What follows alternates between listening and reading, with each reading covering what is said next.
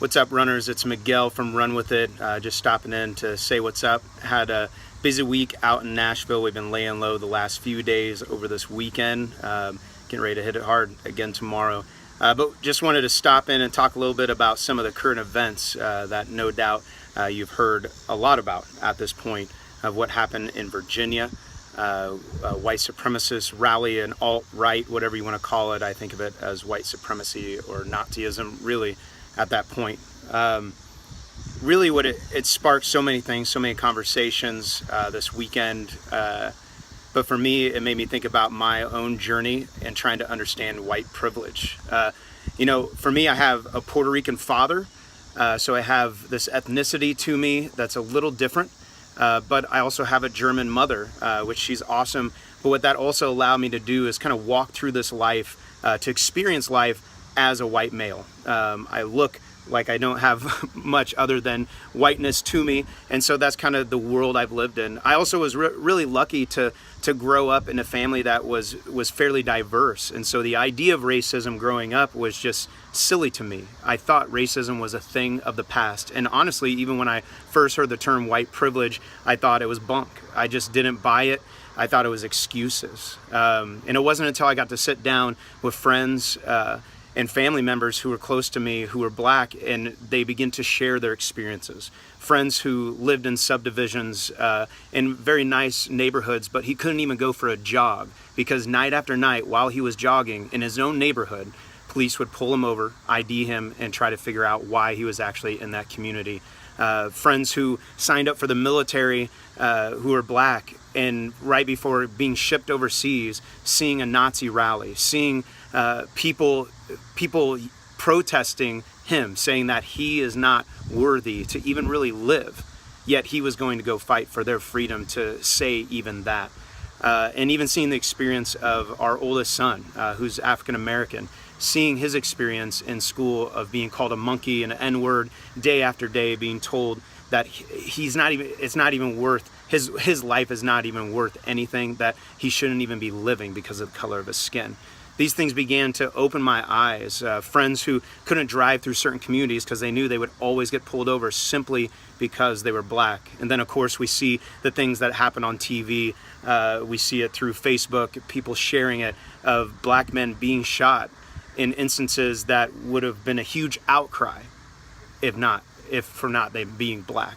I finally had to come to terms with it's a real thing.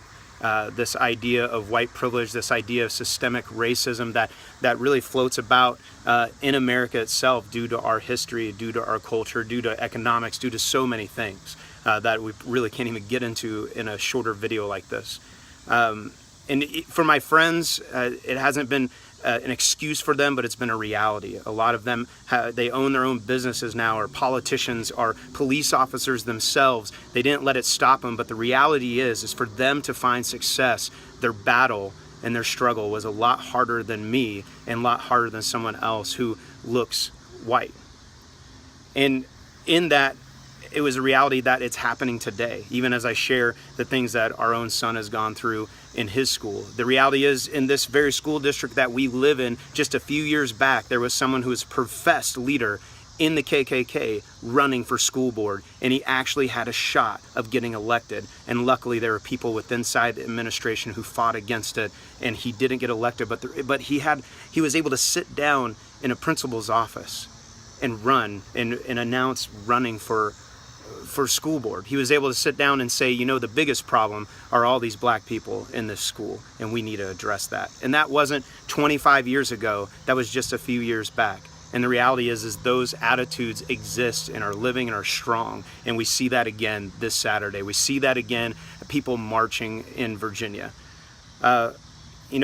If you're out there and you think maybe you were in that place that I was just a few years back, that white privilege is bunk and that racism is something of the past and this is just a little blip on the screen, that is just a small little piece of America, I encourage you to reach out to people or of different cultures, different races, different economic status. I encourage you to have conversations with them, hear their stories, hear their experiences, and try to learn and grow from that. I think your eyes will be open. And if you're out there and maybe you're on board with it, you're like, hey, I see it and I want to stop it, I encourage you just to continue to raise your voice, continue to call it out if you see it, and continue to build unity fighting against racism, fighting against this bigotry that's out there.